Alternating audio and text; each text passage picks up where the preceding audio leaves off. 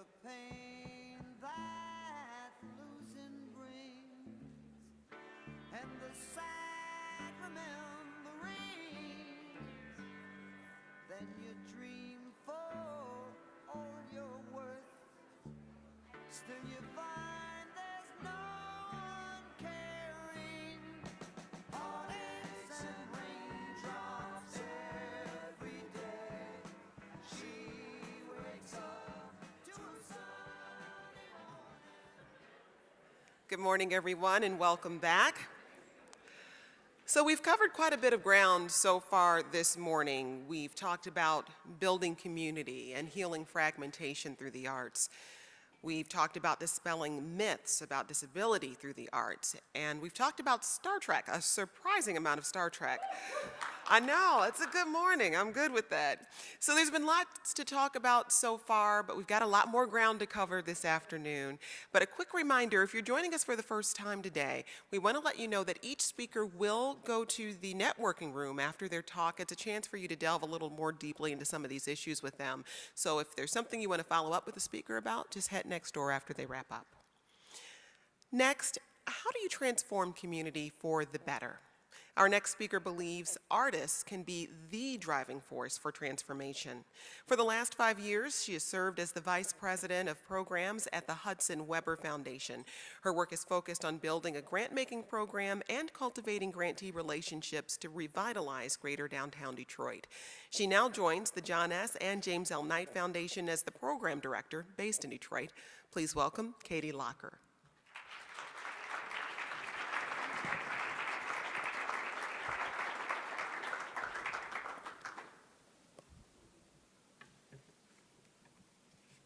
Good morning. I'm honored to be here at SphinxCon and to participate with such an impressive set of speakers. I feel a little out of place because my work tends to focus on the visual expression of art and place rather than the performing arts. But in the end, regardless of the format, it is our art that brings vibrancy and diversity to our lives, and I believe the same principles apply across mediums. I'm going to spend my brief time with you talking about why creative placemaking is at the heart of Knight Foundation's community investments. But first, for those of you who don't know us, a couple words about Knight Foundation. Knight Foundation is a national foundation with deep local roots. While headquartered in Miami and leading with a national lens, we serve 26 communities where John and Jim Knight operated newspapers.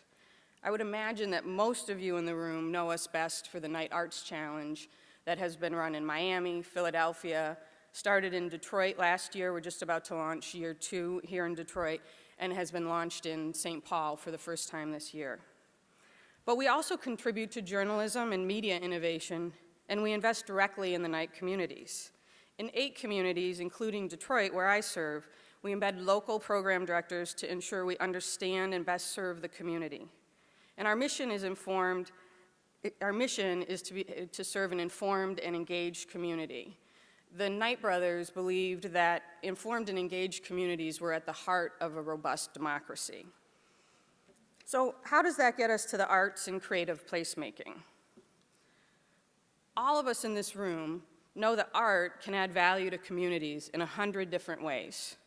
Creative placemaking, however, supports arts with a very specific intent: to drive vibrancy and diversity in communities, and to create places where people exchange ideas. And I think we all have experienced that, where we've been standing somewhere where we've just seen something amazing in the arts, whether it's a performance, whether it's a mural that is in front of us, and it causes us to talk to our neighbor in a way that we wouldn't before, and inspires us to have new conversations. So creative placemaking makes a true difference to the success of communities. I'm going to take us through 8 principles of creative placemaking, and these are an abridged version of work completed by Art Place America when it was led by Carol Coletta.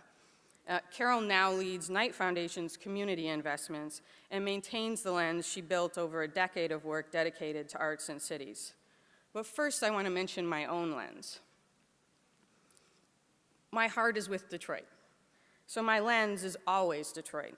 And I think Detroit can show the world what real creative placemaking looks like, how our diverse and authentic community can build a place that is uniquely ours. My team has an extraordinary set of pictures and images that come from around the country and around the world to exemplify creative placemaking. Knight Foundation has this lens that is inclusive of the whole world. But I can't really talk about that as well as I can talk about Detroit. So I threw out all the national pictures, and I captured moments that have connected with my soul here in Detroit. And I wish I had slightly better pictures of some of the amazing artistic places in Detroit, but we're gonna work with what I had, and the very last picture is my favorite and particularly special to me today. And I wanna comment, just before I go firmly into the principles, that in reflecting on this conversation I knew I was gonna have with you, I reflected that the art is not at the front of the places that I talk about. But I think where the art lies and where the creativity lies is what informs the development of place, and it creates some distinctiveness and vibrancy. So again, feel a little out of place at the arts conference, but I know that it's the artistic mind that forms these places. So the starting point. Successful creative placemaking leverages local assets, increasing the value in a community while nurturing an enduring sense of place. We all know what inauthentic places look and feel like. We've felt them in manufactured communities and in every strip mall in America. We feel them when we go into hotel conference centers that could be anywhere in America. A place that expresses distinctiveness and resists commodification and sameness is more likely to have long-term appeal. It's certainly where my passion for Detroit's places begins. An outdoor concert is always a favorite, and for those of us that actually live here in the Midwest, outdoor concerts are a thing of our dreams right now. But here, last summer, this is actually my picture, the Detroit Institute of Arts hosted concerts on the lawn. It was an extraordinary backdrop to bring people together for a different use of an iconic Detroit site. Successful creative placemaking supports economic diversity in the community, providing multiple points of entry and interaction for people of all incomes. As its value increases, a place that is intentionally inclusive and connected is more likely to spur economic opportunity and allow people to succeed where they are. I'm a resident of Lafayette Park, which is just north of the Detroit riverfront. This is, if you haven't gone outside because of the cold, this is right outside the Renaissance Center here. And I can walk down to the riverfront from my home. I find the riverfront magical because it truly is a safe and vibrant place for everyone. As we invest in our public places as places that inspire and engage, if we design them well to be open and welcoming public places, we are investing in all of our residents. I take real joy from my moments on the riverfront, where I see the great diversity of users from all over the city and often from all over the world because of so many of our convention facilities being located here, and their sense that the space belongs to them just as much as it belongs to anyone else. And it's a unique public space that really can offer that environment. Successful creative placemaking creates interesting places that capitalize on distinctiveness. This is my one slide that's not from Detroit. It's a few hours down the road in Cincinnati. They held Luminosity last year and attracted 35,000 people over 2 nights to listen to the Cincinnati Symphony, while a digital light show was projected on the music hall and people enjoyed the redeveloped Washington Park. How does this experience change a visitor's perception of the neighborhood? And who might they interact with while sitting on that lawn, open to all, in the heart of a previously disinvested neighborhood? The creative vision to see this magnificent architecture as part of the artistic experience for the orchestra impacted 35,000 people's impressions of the city of Cincinnati last summer, and they'll bring it back again this August.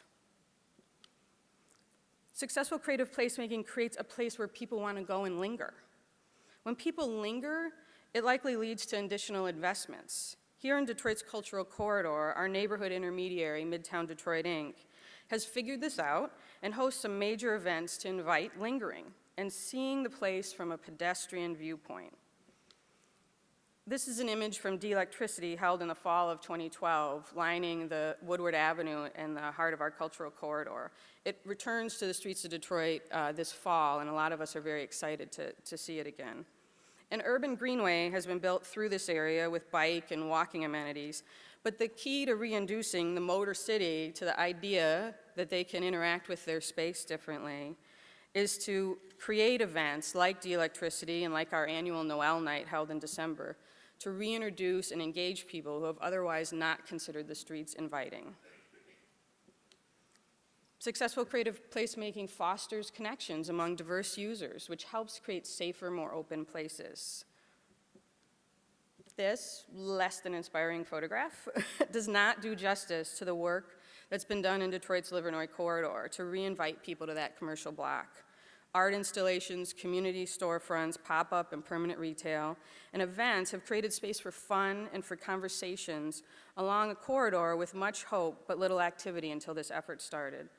It also exemplifies the next principle, that creative placemaking is always presenting itself to the public and encouraging pedestrian activity.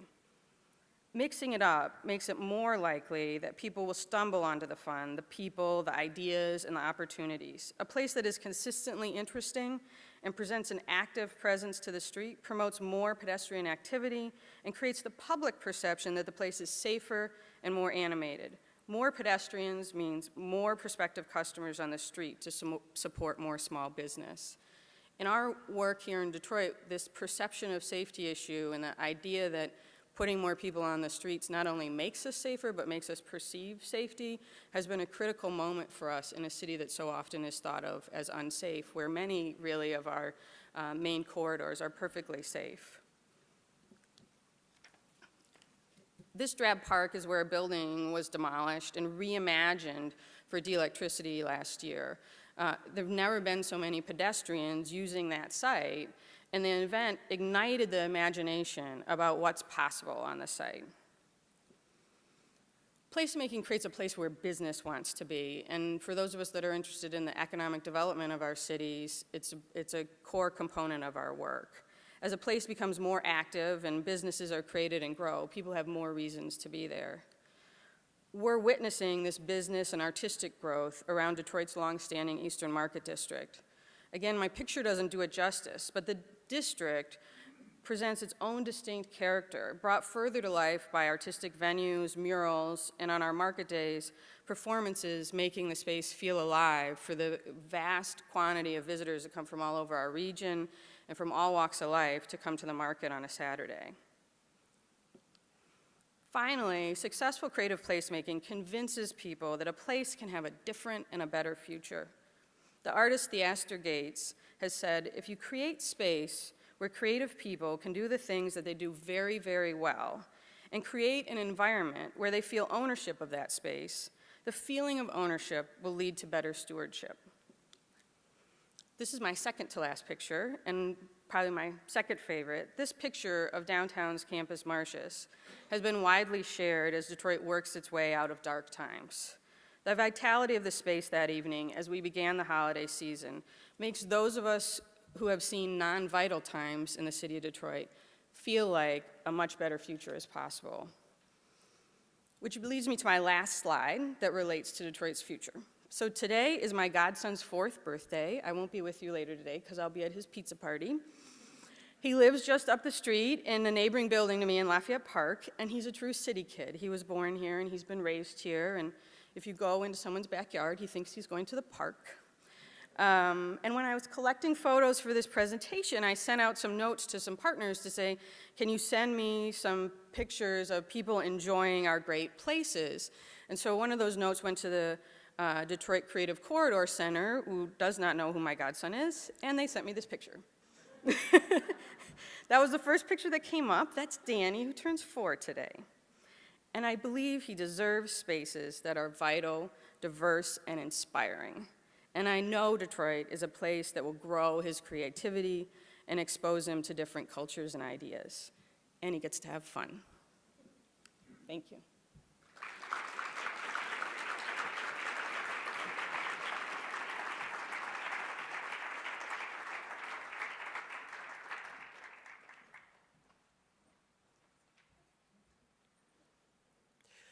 Our next speaker believes if you want diversity on the stage, That process starts long before auditions and casting. Please welcome the co-founder of the Center for Women of Color in the Arts, Kaisha Johnson.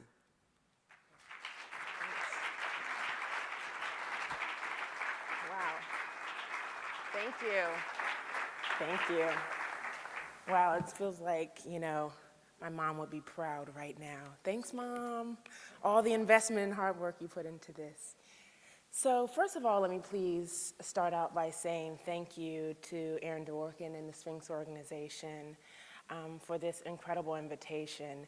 It's like my destiny has been manifested on this stage today, because as a young violinist studying classical music in my hometown of Houston, Texas, I often felt largely isolated. Even though seemingly on the outside, I was part of a really robust musical community. I played in 2 symphony orchestras, and I was exposed very early on to a great spectrum of classical music. But when I started to learn more about the field as a young adult and consider my professional options, well, I can say my ever-present feelings of inadequacy really cemented my outlook on classical music as a profession. And although I really loved playing music, it was that feeling that ultimately shifted my career course. And now I'm standing in front of you as an administrator as opposed to an artist. Now, that's not to say I never look back, I never had any regrets, but I really never imagined in my lifetime that there'd be such incredible strides being made in diversifying the classical music field. So for that, I again say thank you to the Sphinx organization. So before I start, I must also give thanks to the elders and those mentors, whether they realize that they have been mentoring me or not, that have guided us along the way. This discourse that we're having of diversity in the arts and cultural democracy and equity, it's not a new one. And this path of pursuing and staying committed to the nonprofit arts field isn't an easy one, but I truly believe in destiny, and it's a path that was written in the stars. So I actually come here today wearing 2 hats. One as the co-founder and the founding director of Women of Color in the Arts, and the other as the director of touring artists at the Center for Traditional Music and Dance, both organizations which are based in New York City. So Women of Color in the Arts, or as we affectionately call it, WOCA, was founded on the premise that our field should be reflective of our world. And not seeing enough people that looked like me doing the work that I did in the presenting field was more than disheartening. And certainly this was the driving force of the impetus behind the founding of the organization. So WOCA's mission is dedicated to promoting diversity in the performing arts field by creating professional opportunities for women of color. We believe that by working to diversify the pipeline of arts administrators, we aim to cultivate a field as varied in voice and perspectives as the communities that we serve. So this is what constitutes diversity for me. A dynamic mix of voice and perspective. And we can only create that mix through people of varying cultural, racial, and religious backgrounds. So I'd like to share WOCA's value statement just as purpose to give context to our work. So number 1, we support an equitable role for women of color in fostering cultural democracy, nationally and internationally. We encourage critical dialogue about the role of the arts in our organizations, communities, this nation, and our world. We believe the power of collective intention and collective action, with a focus on the action, will shift the internal and external conversations regarding diversity in the performing arts field. We believe that the voices, expertise, and experiences of women of color are unique. We believe that increasing the opportunities for women of color to serve in decision-making positions only strengthens the field.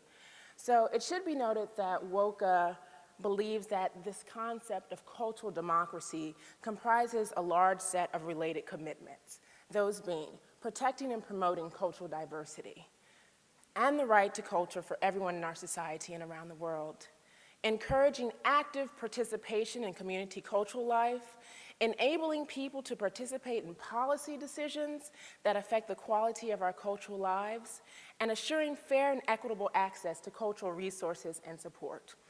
So, in a nutshell, although seemingly incongruous, my work at the Center for Traditional Music and Dance really informed and ignited much of the work of WOCA. Through my professional travels, I was able to really survey the field and see firsthand the lack of diversity among administrators and people in leadership positions. And it was really becoming increasingly worrisome that seeing middle-aged white men having a conversation about cultural diversity and this importance of representing diverse communities when we weren't sitting at the table. There was no diverse representation at the table. And that really resonated with me, not only as an administrator, but as a supporter of the arts. Where are we going if we can't stop and acknowledge that we are not all along for the ride, right? So my work at CTMD also ignited this idea of consistently infusing my work with culturally democratic practices, which is, again, a decades-long theology.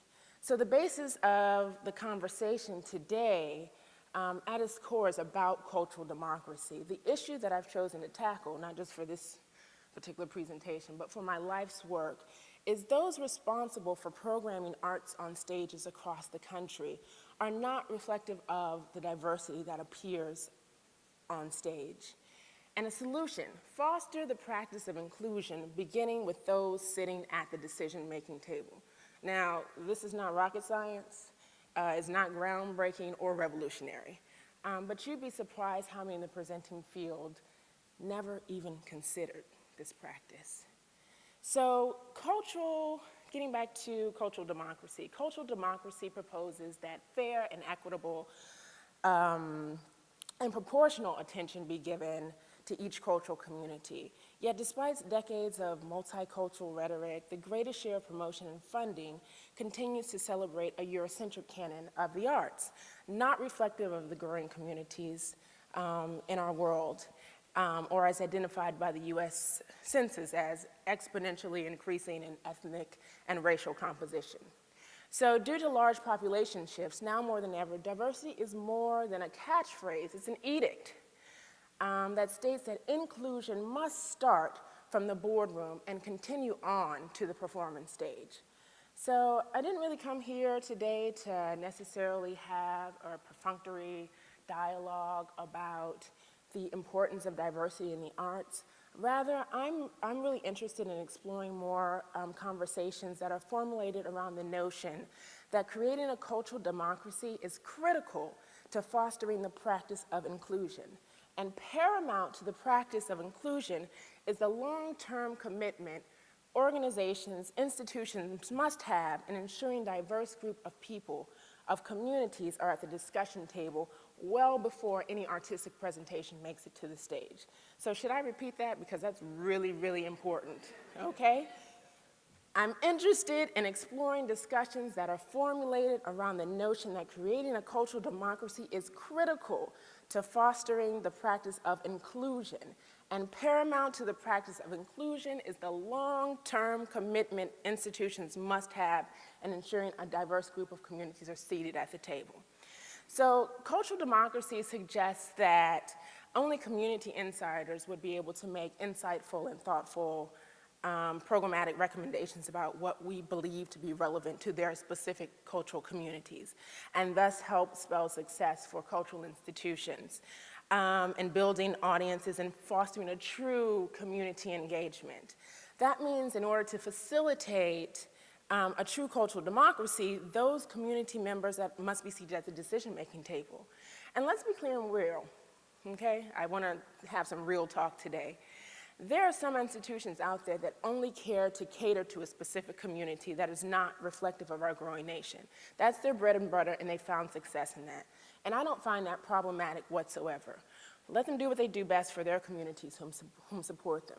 What I do find problematic, however, those organizations that want to create more diverse audiences and be more inclusive in their programming and connect with their communities, but relegate diversity to one culturally specific month of the year, right?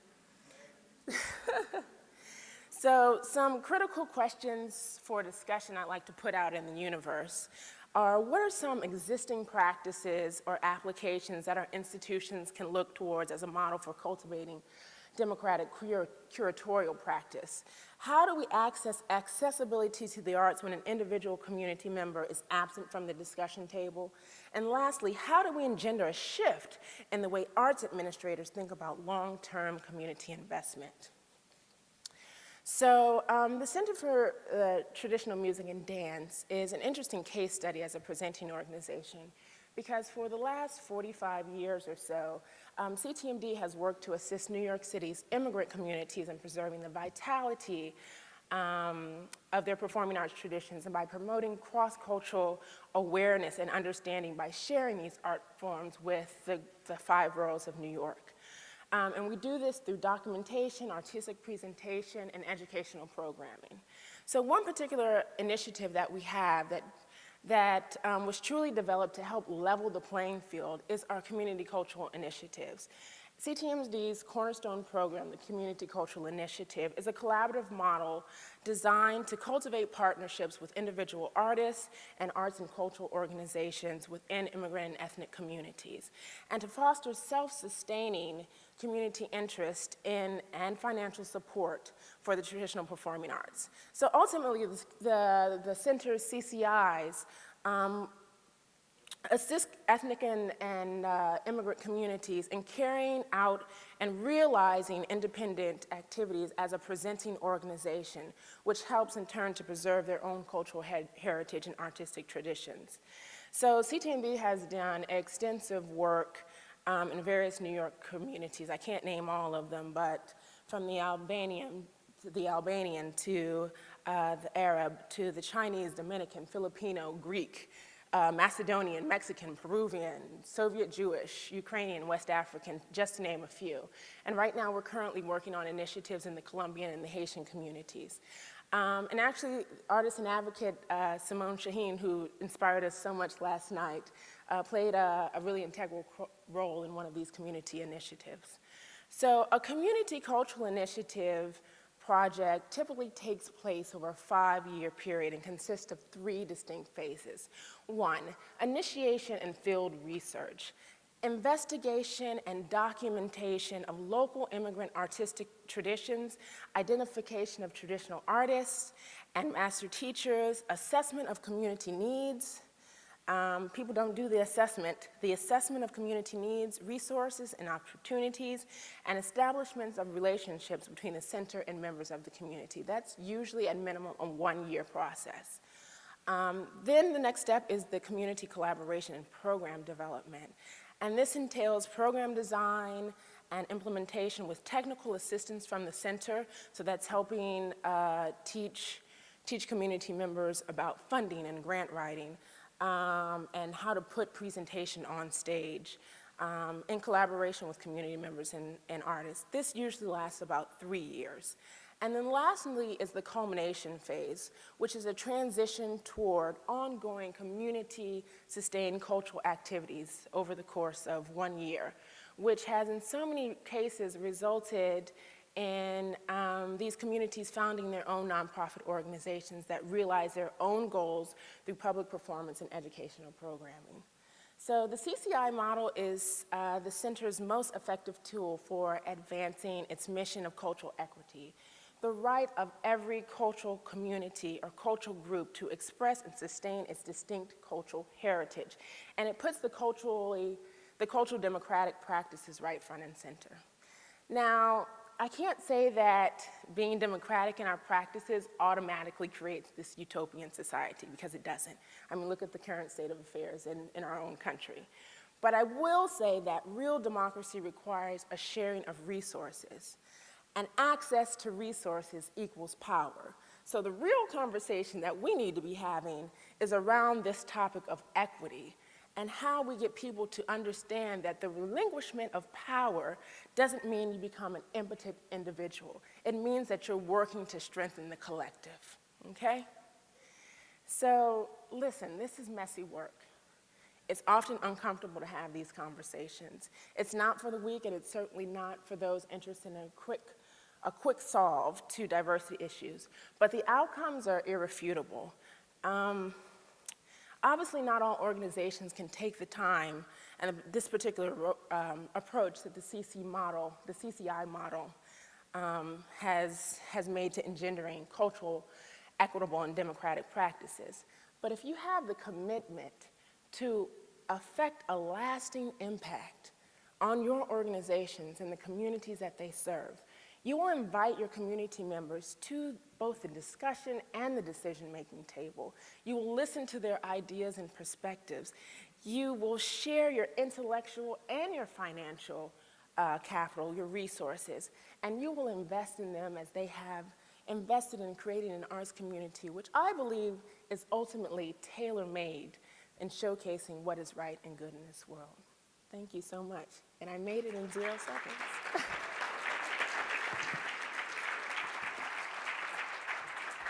Kaisha, if you can hold on 1 second. Don't run away yet. No! Well, no. Well, you used an interesting phrase in your talk. You talked about the internal conversation and the external conversation. How do you bridge that gap? And I know that's a big question. That is a big question. It's a good one. You know, a lot of the internal conversation, I think it comes from a reconciliation of your own personal beliefs and being comfortable enough to see, you know, this is what I'm doing right and this is what I'm doing wrong. Being open enough to take that to outside of your little community. The external conversation, like I said, is not a comfortable one. It's not. So I think making sure that you have it all together, like you know what you're going to be, you know the importance, you know why this work is important before you go out and start spreading it to the masses. Any tips for people here about how to get that internal conversation started in their organization? If you're not the top decision maker, but you're trying to maybe drive change, how do you get that conversation going? Well, I was part of this Leadership Development Institute, and we came up with this thought, this ideology that you do not necessarily have to be at the top in order to affect change in your organization. And it really starts by just having that conversation. You know, a lot of people feel scared or intimidated because, you know, in most arts organizations, unfortunately, we work with this top-down hierarchy, and it's just so ineffective, in my opinion, when we all start to work collaboratively and just have little conversations. And we laid out some tools that, you know, help facilitate these types of dialogues that we should be having in our organizations, and they're just sort of like icebreakers to get the conversation moving. I mean, you can't, you know, bust in the door and say, hey, I'm ready for this organization to start, you know, practicing, you know, what they say that they've been preaching. Obviously not, but there are small steps that you can take. Okay, thank you so much. You're welcome. Okay. Thank you.